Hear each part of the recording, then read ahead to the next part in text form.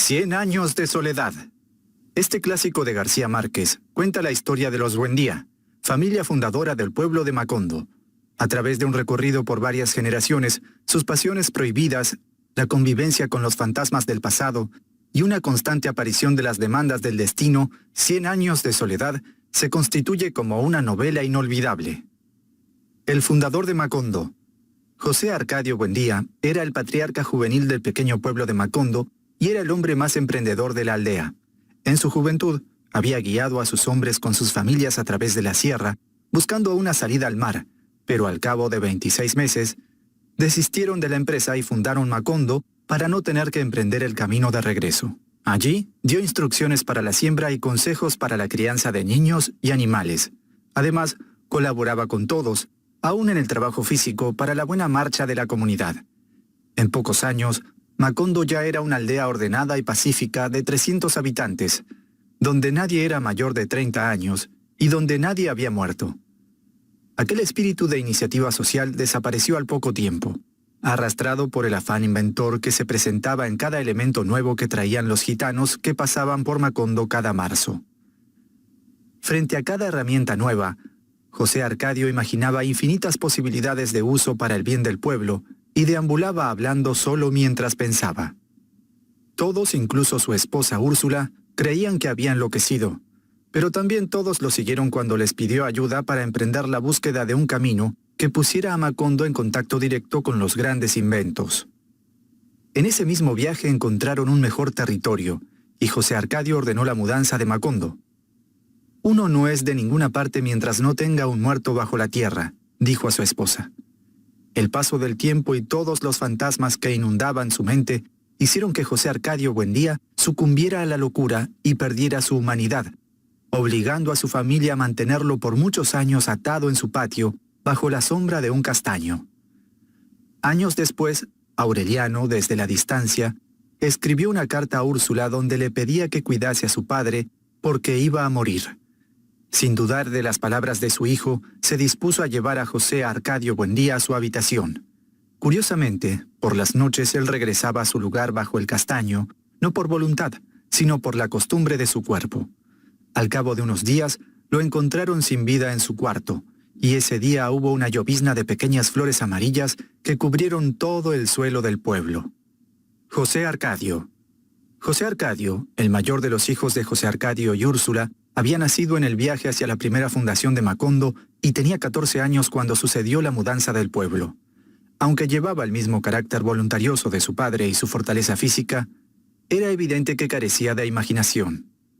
Con el pasar de los años, tuvo un hijo producto de un romance con Pilar Ternera, la mujer que leía las cartas para predecir el futuro en el pueblo.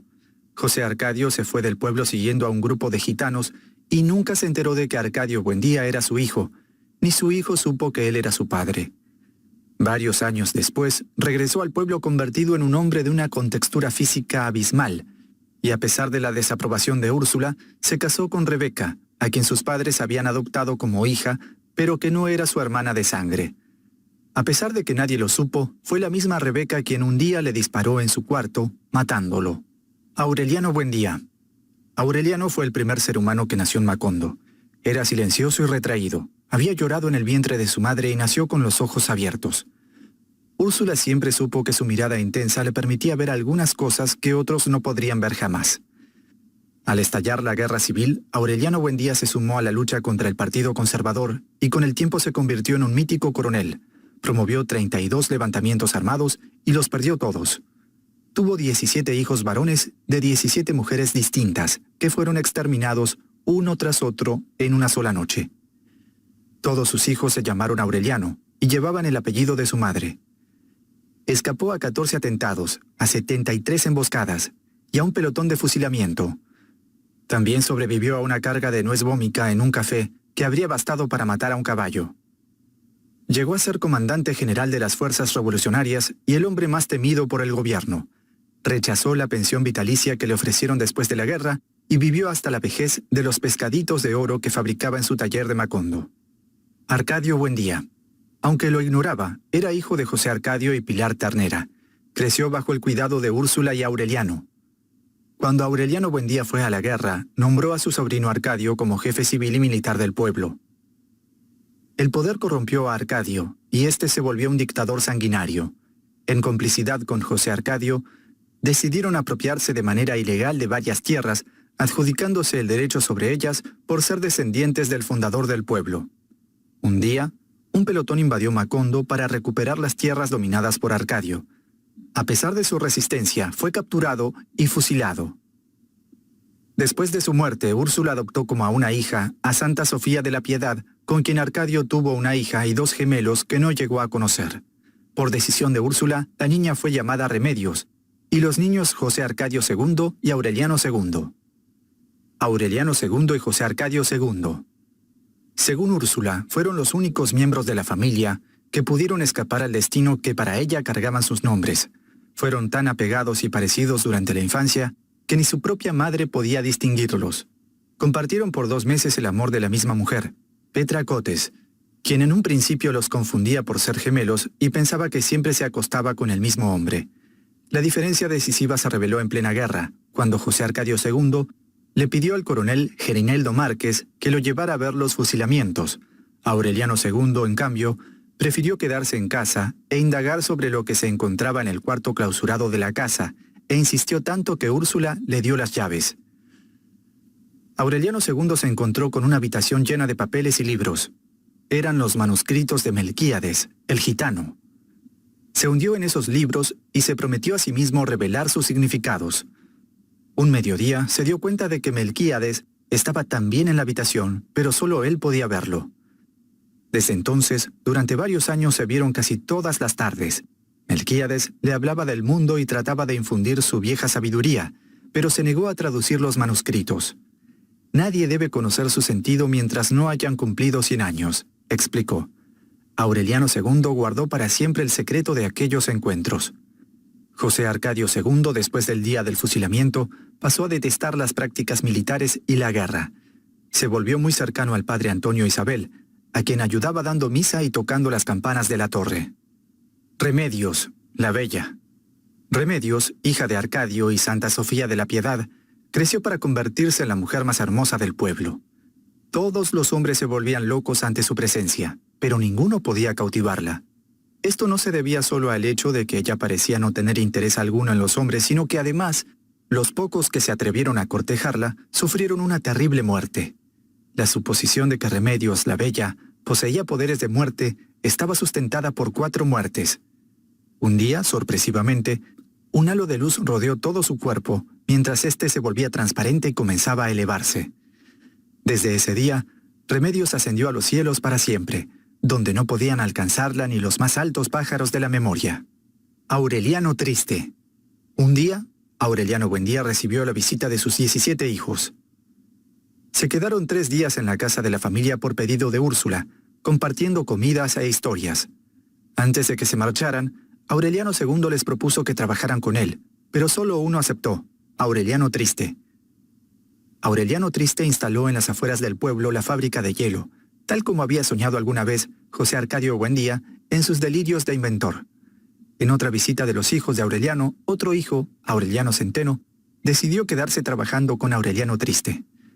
En poco tiempo la producción de hielo se incrementó de tal modo que rebasó el mercado local. Y Aureliano Triste tuvo que pensar en la posibilidad de extender el negocio a otras poblaciones más lejanas. Fue entonces que decidieron que había que lograr que el ferrocarril llegara a Macondo, no solo para la modernización de su industria, sino para vincular la población con el resto del mundo. Aureliano II no tuvo problema en aportar el dinero necesario para llevar el ferrocarril. Aureliano Triste partió con el dinero y no hubo noticias por varios meses. Una vez que pasaron las lluvias y el verano, regresó. En ese momento la población fue estremecida por el sonido de un silbato de resonancias pavorosas. Las semanas precedentes se había visto a las cuadrillas tender durmientes y rieles, y nadie les había prestado atención porque pensaron que era un nuevo artificio de los gitanos que volvían con su montón de artefactos novedosos. Todo el pueblo se asomó a ver de qué se trataba y vieron a Aureliano Triste saludando con la mano desde la locomotora. Era la primera vez que llegaba el tren, adornado de flores.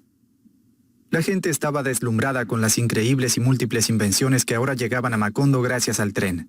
También, Muchas veces se veían desilusionados porque aquellas cosas no siempre eran la gran novedad que parecían ser al principio. El tren trajo el interés de distintos comerciantes e inversores extranjeros sobre Macondo. El pueblo se llenó de luminosos almacenes y multiplicó su población notablemente, además del creciente número de visitantes forasteros que llegaban cada día. Un grupo de inversores se dedicó a plantar bananos en las tierras próximas a Macondo. Esto provocó una de las más terribles masacres de la región a causa de un enfrentamiento entre militares y los trabajadores de la compañía bananera que se encontraban en huelga. Los forasteros irrumpieron en el pueblo acabando con la paz y pronto empezaron a ocurrir múltiples hechos de violencia, entre ellos el asesinato de todos y cada uno de los hijos de Aureliano Buendía. Aureliano Babilonia, nieto de Aureliano II e hijo de Mauricio Babilonia y Meme Buendía.